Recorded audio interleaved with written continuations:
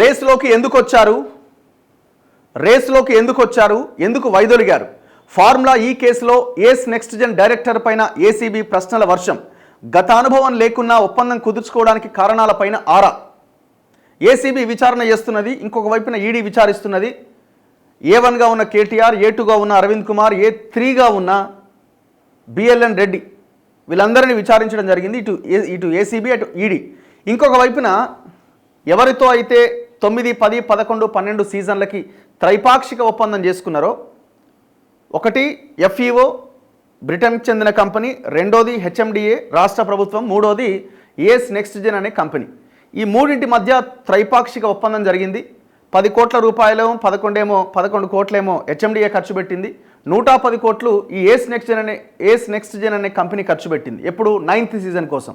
Complete అయింది కదా 9th season. దాని తర్వాత ఏస్ నెక్స్ట్ జెన్ అనే కంపెనీ వైదొలిగింది 10th సీజన్ నాటికి. మాకు లాస్లో ఉన్నాం మేము అది లాస్లో ఉన్నదని ఎవరు చెప్పారు? కేటీఆర్ఏ చెప్పింది ప్రెస్ మీట్ పెట్టి.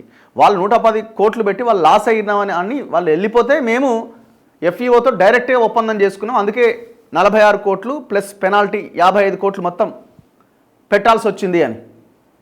మరి ఆ ఏస్ నెక్స్ట్ జెన్ అనే కంపెనీ ఎందుకు వాళ్ళకి లాస్ వచ్చింది? ఇక్కడ కేటీఆర్ ఏమో 700 కోట్ల లాభం వచ్చింది గవర్నమెంట్కి అని అంటున్నాడు. వాళ్ళేమో మాకు లాస్ వచ్చింది అంటున్నాడు. 11 కోట్లు పెట్టినోడేమో మాకు 700 కోట్ల లాభం వచ్చిందని అంటున్నాడు. 110 కోట్లు పెట్టిన ఆయన నాకు లాస్ వచ్చిందని తప్పుకుంటున్నాను వెళ్ళిపోయింది. ఎవరిది ace next gen company? Greenko Anil కుమార్కి చెందిన కంపెనీ. ఇవన్నీ కేటీఆర్ బినామీలు. వీళ్ళు రియల్ ఎస్టేట్లో ఉన్నారు, అన్ని రంగాల్లో వీళ్ళు వెల్లునికిపోయి ఉన్నారు. అండ్ మనం కూడా చూసినాం, ఈ ఫార్ములా ఈ రేస్కి సంబంధించిన సమయంలోనే జస్ట్ బిఫోర్ ఈ ఒప్పందం జరిగే ముందే గ్రీన్కో కంపెనీ అండ్ దాని అనుబంధ కంపెనీలన్నీ కలిసి బీఆర్ఎస్కి 41 కోట్ల రూపాయల ఎలక్టోరల్ బాండ్స్ రూపంలో చెల్లించారు. మరి ఇది క్విడ్ ప్రోకోనా లేకపోతే ఏంటి అన్నది తేల్చాలా. ఫార్ములా ఈ రేస్ వ్యవహారంలో అవినీతి నిరోధక శాఖ ఏసీబీ దర్యాప్తు ముమ్మరం చేసింది. Ace next gen director Chalamalasetti Anil కుమార్ను ఏసీబీ అధికారులు శనివారం విచారించారు. తన న్యాయవాదితో కలిసి ఏసీబీ కార్యాలయానికి వచ్చిన అనిల్ కుమార్ను దాదాపు 3 గంటల పాటు విచారించి వాంగ్మూలం నమోదు చేశారు.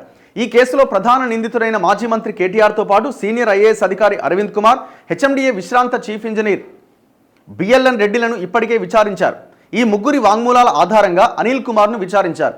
విశ్వసనీయ సమాచారం ప్రకారం ఫార్ములా ఈ రేస్కు స్పాన్సర్గా ఉండేందుకు కారణాలపైన ఆయన్ను ఏసీబీ అధికారులు ఆరా తీశారు. గతంలో ఎలాంటి అనుభవం లేకున్నా 2022లో రేస్ నిర్వహణ ఒప్పందంలోకి ఎందుకు రావాల్సి వచ్చిందని, ఇందుకోసం ఎవరైనా ప్రోత్సహించారా అని అడిగారు. అసలు వాడికి అనుభవం లేదు, ఎక్స్పీరియన్స్ లేదు, అసలు ఎట్లా వచ్చినావు నువ్వు వీళ్ళకి? దీని వెనకాల ఇది పెద్ద స్కామ్. ఇది బేసిక్గా వీళ్ళు ఈ 55 కోట్లతో గవర్నమెంట్ పోయింది కాబట్టి ఆగిపోయింది, లేకపోతే దాదాపు 600-700 కోట్లు ఖతమైపోయేది. రాష్ట్రంలో తమ వ్యాపారం స్థిరపరచుకోవడంలో భాగంగా ప్రభుత్వంతో సంబంధాలు మెరుగుపరుచుకునేందుకు రావాల్సి వచ్చిందని అనిల్ కుమార్ చెప్పినట్టు సమాచారం. 9వ సీజన్ పూర్తి కాగానే అర్ధాంతరంగా తప్పుకోవడానికి కారణం ఏంటని ప్రశ్నించగా ప్రభుత్వం నుంచి సరైన సహకారం లభించలేదని సమాధానం ఇచ్చిందట. అసలు ఇది ఇక్కడనే దొరికిపోయిండు. ప్రభుత్వం నుంచి సరైన సమాధానము, సరైన సహకారం లభిస్తలేదట. ఇది మొత్తం కేసీఆర్ ఇంట్లో చొచ్చుకుపోయి వీళ్ళంతా కలిసి సంసారం చేస్తున్న కుటుంబాలు ఇవన్నీ. మీన్స్ వ్యాపారంలో నేను అంటున్నది, వ్యాపారంలో, భూముల్లో, రియల్ ఎస్టేట్లో, అన్ని రంగాల్లో కలిసి సంసారం చేస్తున్న ఫ్యామిలీస్ ఇవన్నీ. గవర్నమెంట్ సహకారం దొరకలేదని చెప్తున్నాడు. ఇక్కడే దొరికిపోయిండు. 9వ సీజన్ నిర్వహణ ఒప్పందం ప్రకారం చెల్లించాల్సిన సొమ్ములో 30% మాత్రమే ఇచ్చారు. మిగిలింది చెల్లించకపోవడం వెనుక ఉద్దేశం ఏంటని ఏసీబీ అధికారులు ప్రశ్నించగా ఆ సీజన్లో తమకు భారీగా నష్టాలు వచ్చాయని అనిల్ కుమార్ చెప్పినట్టు సమాచారం. బీఆర్ఎస్కు 41 కోట్ల ఎలక్టోరల్ బాండ్లను గ్రీన్కో సంస్థ ఎందుకు సమకూర్చాల్సి వచ్చిందన్న అంశంపైన దర్యాప్తు అధికారులు ఆరా తీసినట్టుగా తెలుస్తోంది. నిర్వహణ బాధ్యతల నుంచి తప్పుకుంటున్నట్లుగా అప్పటి ప్రభుత్వంలో ఎవరికైనా సమాచారం ఇచ్చారా? ఈ విషయంలో ఎవరితో అయినా సంప్రదింపులు జరిపారా? రేసు నుంచి అర్ధాంతరంగా తప్పుకున్న తర్వాత ఎఫ్ఈఓ కానీ ప్రభుత్వం కానీ వివరణ అడిగిందా అన్న అంశాలపైన ప్రశ్నలు వేసి వివరాలు రాబట్టినట్టుగా సమాచారం. అవసరమైతే మరోసారి విచారణకు రావాల్సి ఉంటుందని ఆయనకు తెలిపారట.